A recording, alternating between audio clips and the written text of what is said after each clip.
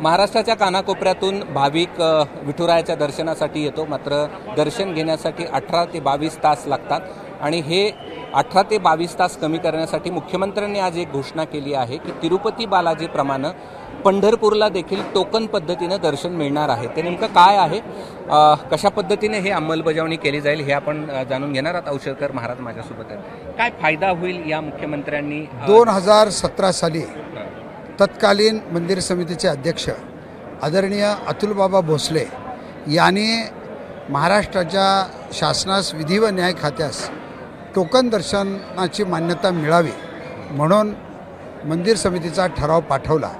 त्याचे महत्त्वाचे कारण असे आहे की आता आम्ही एकूण 12 ते 14 पत्रा शेड उभा करतो। पत्रा शेड उभा केल्यानंतर त्याच्यामध्ये सगळ्या सुविधा देतो। पहिली सुविधा अशी असती की खाली पायाला काही टोचू नये म्हणून आम्ही मॅट घालतो, वर ऊन लागू नये म्हणून आम्ही त्यांना कव्हर करतो, पावसाचं पाणी पडू नये म्हणून आम्ही त्याला ताडपत्री देतो, त्यानंतर मध्ये वॉशरूमची व्यवस्था करतो, पंखे लावतो, कूलर्स लावतो। पण या सगळ्या तात्पुरत्या योजना असतात, पण याची जर परमनंट योजना जर आपण केली तर कसल्याच प्रकारे भाविकांना त्रास होणार नाही। म्हणून आपण 60 कोटीचा आपण एक नवीन जो दर्शन मंडप आपण जे म्हणतो त्या दर्शन मंडपाला 60 कोटीचा, ज्याच्यामध्ये विकलांग लोकांची सोय, रेस्टरूम, वॉशरूम, दवाखाना, रेस्टरूम हे सगळं करायचा निर्णय मंदिरे समितीने घेतलेला आहे।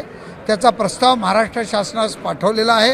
कसल्याच प्रकारची त्रुटी त्याच्यामध्ये राहणार नाही आणि आज जे लोकांना 20-20 तास 22-22 तास थांबावं लागणार आहे त्याच्यात लोकांना आम्ही वेळ देऊ आणि वेळ देऊन अतिशय अल्पावधीत म्हणजे 1 ताससुद्धा त्याला लाईनीमध्ये थांबता येणार नाही।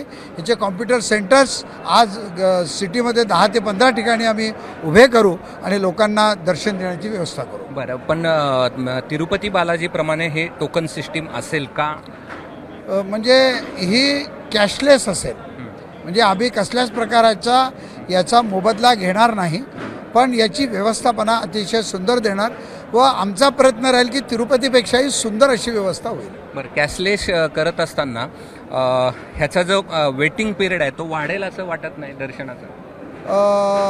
आम्ही निश्चितपणे हा नवीन टेक्नॉलॉजीप्रमाणे कसा कमी करता येईल हे बघण्याचा प्रयत्न करू। बरं, किती दिवसात ही योजना पूर्ण होऊ शकेल? नाही, याला वेळ लागेल, पण आमची अशी योजना आहे की किमान कार्तिक वारीपर्यंत तरी टोकन दर्शन चालू करावेत।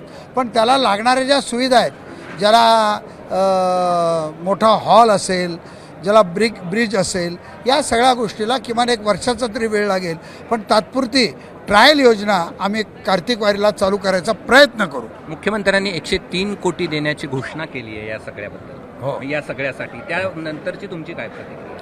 नाही, आज आम्हाला फार मोठा आनंद झालेला आहे, कारण यापूर्वी आम्ही 2017 साली आम्ही याचा ठराव मांडलेला होता, पण आज आदरणीय मुख्यमंत्री साहेबांनी आम्ही मागणी मागताच याची घोषणा केलेली आहे।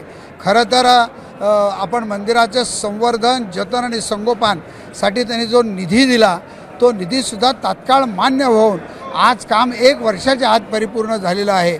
तसाच आज हा दर्शन मंडपसुद्धा लवकरातल्या लवकर हे मुख्यमंत्री करून घेणार व ते स्वतः जातीनं लक्ष घालणार व दोन्ही मुख्यमंत्री हे येऊन या कामाची पाहणी करणार। एबीपी माझ्याकडनं पण या कामासाठी तुम्हाला भरभरून शुभेच्छा। आणि सर्वसामान्य जो भक्त आहे, जो पायी येतो किंवा पांडुरंगाच्या दर्शनासाठी येतो, त्याची पायपीट आणि उभा राहण्याचे जे कष्ट आहेत ते थांबले तर निश्चित त्याचा आशीर्वाद आणि त्याचा पंढरीच्या पांडुरंगाच्या प्रती असलेलं दर्शनाचं समाधान त्यांना प्राप्त झाल्याशिवाय राहणार नाही। कॅमेरामन धनंजय दारुंटेसह मी कृष्णा केंडे, एबीपी माझा, पंढरपूर। एबीपी माझा, उघडा डोळे बघा नीट।